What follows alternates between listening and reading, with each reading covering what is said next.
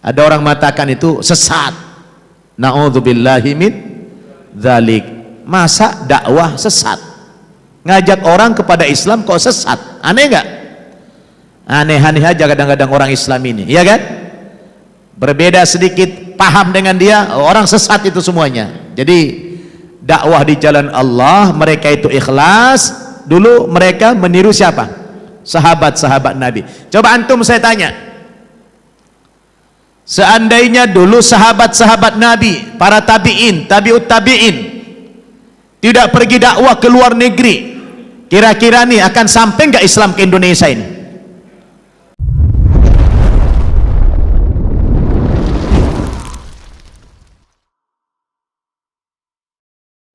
Dulu Indonesia agamanya apa? Dulu apa agama Indonesia ini? Hah? Dulu Hindu. Kan banyak kerajaan-kerajaan itu Hindu.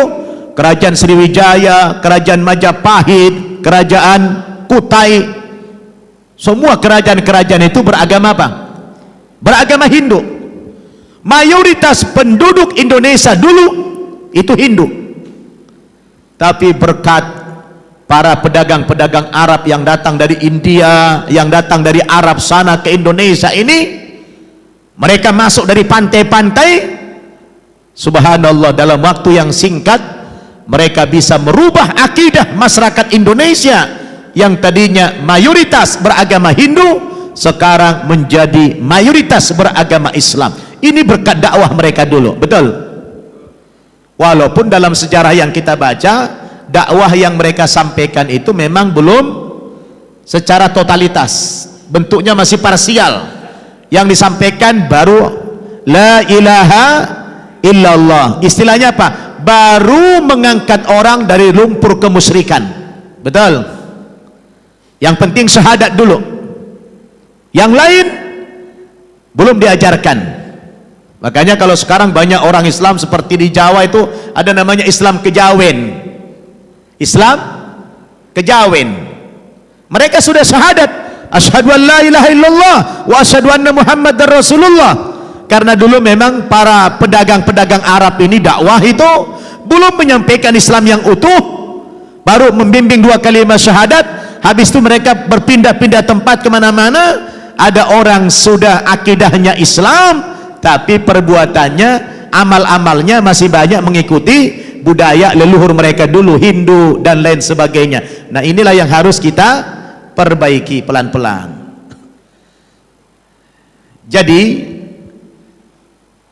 saya ulangi, ekspansi dakwah ini sangat penting bagi kita, karena Nabi meninggalkan sebuah tugas yang belum terselesaikan, dan ini menjadi beban kita bersama umatnya jika kita mengaku sebagai pengikut Nabi Muhammad sallallahu alaihi wasallam. Allah katakan dalam surat Al-Maidah ayat 67, ya ayyuhar rasul balligh ma unzila ilaika min rabbik wa illam taf'al fama ballaghta risalatah wallahu ya'simuka minan nas innallaha la yahdil qaumal kafirin.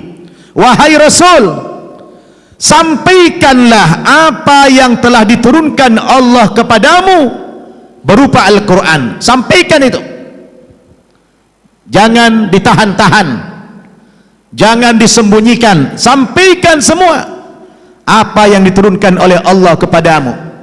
Wa illam taf'al, kalau itu tidak kamu lakukan, fama ballaghta risalatah, berarti anda tidak menyampaikan risalah Allah subhanahu wa ta'ala.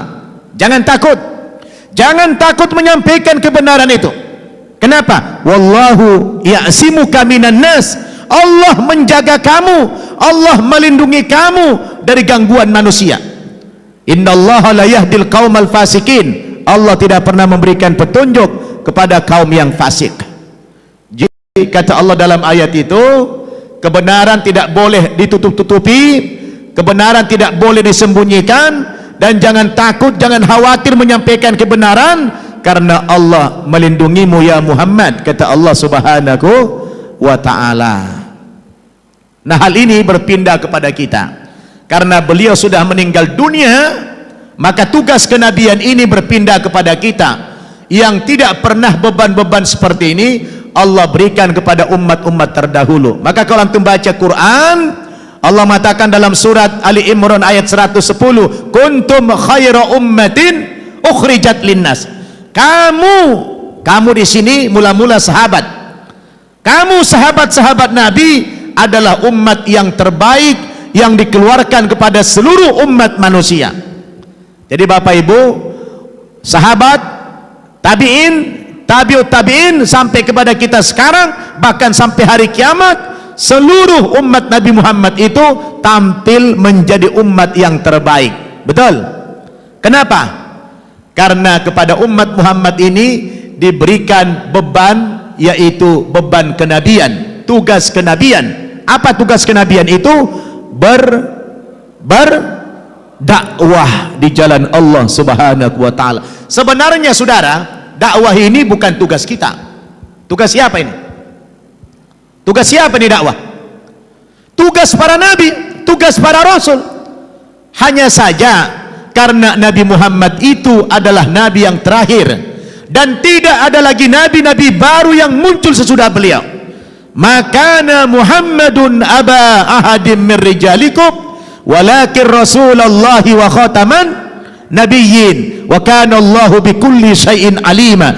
Muhammad bukanlah bapak salah seorang di antara kamu, tapi Muhammad itu adalah utusan Allah dan sekaligus penutup para nabi. Beliau nabi terakhir, beliau khatam, beliau penutup para nabi, dan tidak ada lagi rasul-rasul baru, nabi-nabi baru sesudah beliau. Maka mau tidak mau tugas kenabian itu dilanjutkan oleh umatnya. Maka kita ini sebenarnya memikul beban kenabian. Maka derajat kita lebih tinggi daripada umat-umat nabi yang terdahulu. Ucapkan subhanallah. Mengimplementasikan dakwah ini benturan dengan undang-undang kita yang melarang berdakwah kepada orang lain. Sebenarnya tidak ada yang benturan di situ, ya, nggak ada yang benturan. Yang dilarang itu kalau kita ngajak-ngajak orang ke agama tertentu dengan iming-iming, apalagi dengan cara intimidasi, itu yang dilarang. Kita ini kan dakwah itu kan berita, menyampaikan. Dakwah itu kan artinya mengajak, mengundang. Da'a yada'u da'watan, ya, kita mengajak orang. Nah sekarang mengajak itu caranya, sarananya udah banyak. Antum bisa sarananya memilih sosmed, bisa lewat WhatsApp, bisa Twitter, bisa Facebook, bisa media online, bisa cetak, bisa macam-macam. Jadi sebenarnya itu bergantung kitanya. Banyak sarana-sarana dakwah itu. Nah, jangan kita dibenturkan dengan istilah itu, wah kita kan ada undang-undang. Yang dilarang itu adalah kalau memaksa orang pindah agama, itu salah. Tapi kan Ustadz dalam Quran dikatakan lakum dinukum waliyadin, bagimu agamamu, bagiku agamaku. Berarti kan gak boleh kita ngajak orang. Betul. Tapi itu adanya di surat apa? Surat apa itu? Surat Al-Kafirun. Di surat Al-Kafirun itu lakum dinukum waliyadin, ayat pertama apa terakhir? Ayat terakhir. Pertamanya apa? Pertamanya qul ya ayyuhal kafirun. Qul artinya apa? Ngomong dulu. Ini Anda belum ngomong sudah lakum dinukum waliyadin. Gimana ceritanya ini? Ngomong dulu lah. Qul dulu. Qul. Qul itu fi'il mudhari atau fi'il madi? Hah? Qul itu fi'il mudhari atau fi'il madi? Itu fi'il amar. Fi'il itu artinya apa? Kata kerja. Amar itu artinya apa? Perintah. Berarti kata kerja perintah. Perintah itu apa? Al-amru lil ujub. Yang namanya perintah itu wajib. Berarti qul itu wajib. Ngomong dulu sama orang kafir. Kalau sudah ngomong, Anda mau juga dia baru lakum dinukum waliyadin. Kalau kita dakwah sama sesama muslim, ndak sholat akhi, ndak mau juga, baru katakan apa? Lana a'maluna walakum a'malukum.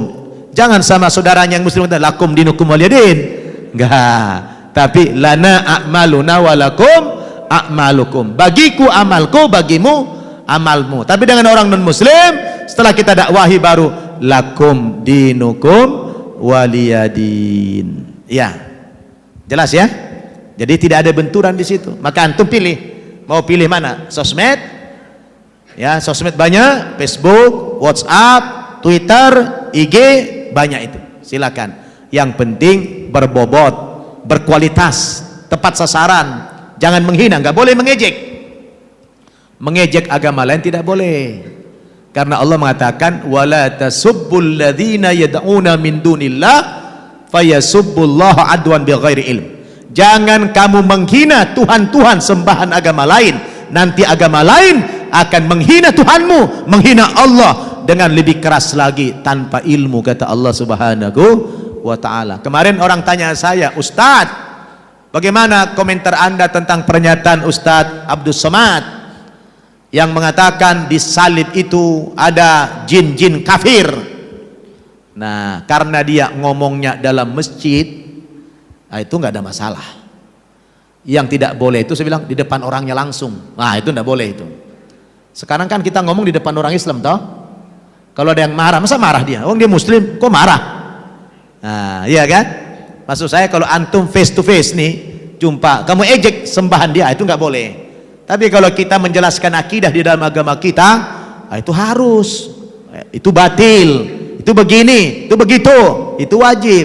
Tapi untuk konsumsi masyarakat muslim saja agar membentengi akidah kita. Tapi kalau kita sudah berhadapan dengan mereka, nggak boleh menggunakan bahasa begitu, itu dilarang, ya kan?